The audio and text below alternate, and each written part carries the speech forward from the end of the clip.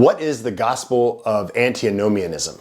Antinomianism is the belief that there are no moral laws that God expects Christians to obey. Antinomianism takes a biblical teaching to an unbiblical conclusion. The biblical teaching is that Christians are not required to observe the Old Testament law as a means of salvation, which is true.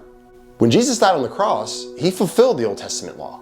The unbiblical conclusion is that there is no moral law God expects Christians to obey. The Apostle Paul dealt with the issue of antinomianism. Romans 6:1-2 says, "What shall we say then? Are we to continue in sin that grace may abound? By no means. How can we, who died to sin, still live in it?" The most frequent attack on the doctrine of salvation by grace alone is that it encourages sin. People may wonder, if I'm saved by grace and all my sins are forgiven, why not sin all I want? The thinking is not the result of true conversion, because true conversion yields a greater desire to obey, not a lesser one. God's desire is that we strive not to sin. And when the Holy Spirit dwells in a person, that becomes a person's desire as well. Out of gratitude for God's grace and forgiveness, we want to please Him. God has given us His infinitely gracious gift in salvation through Jesus. Our response is to live in purity out of love, worship, and gratitude for what He's done for us. Antinomianism is unbiblical in that it misapplies the meaning of God's gracious favor.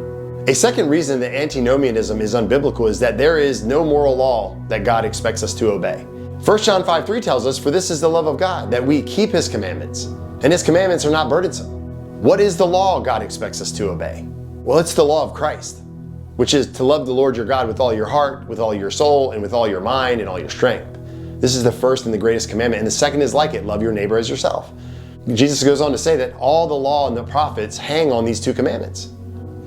No, we are not under Old Testament law. Yes, we are under the law of Christ. The law of Christ is not an extensive list of legal codes. It's a law of love.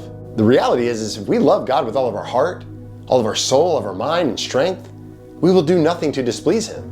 If we love our neighbors as ourselves, we will do nothing to harm them. Obeying the law of Christ is not a requirement to earn or maintain salvation. The law of Christ is what God expects of a kingdom citizen. It's what He expects of a person that belongs to Him. Here's what we need to understand. Jesus Christ freed us from the burdensome commands of the Old Testament law. But that's not a license to sin. Rather, it is a covenant of grace. We are to strive to overcome sin and cultivate righteousness, depending on the Holy Spirit to help us. The fact that we are graciously freed from the demands of the Old Testament law should result in living our lives in obedience to the law of Christ. 1 John 2:3-6 declares, "And by this we know that we have come to know Him, that we keep His commandments. Whoever says, 'I know Him,' but does not keep His commandments, is a liar, and the truth is not in him. But whoever keeps His word, in him truly the love of God is perfected. By this we know that we are in Him. Whoever says he abides in Him ought to walk in the way in which He walked." Friends, drop me a comment below and let me know your thoughts.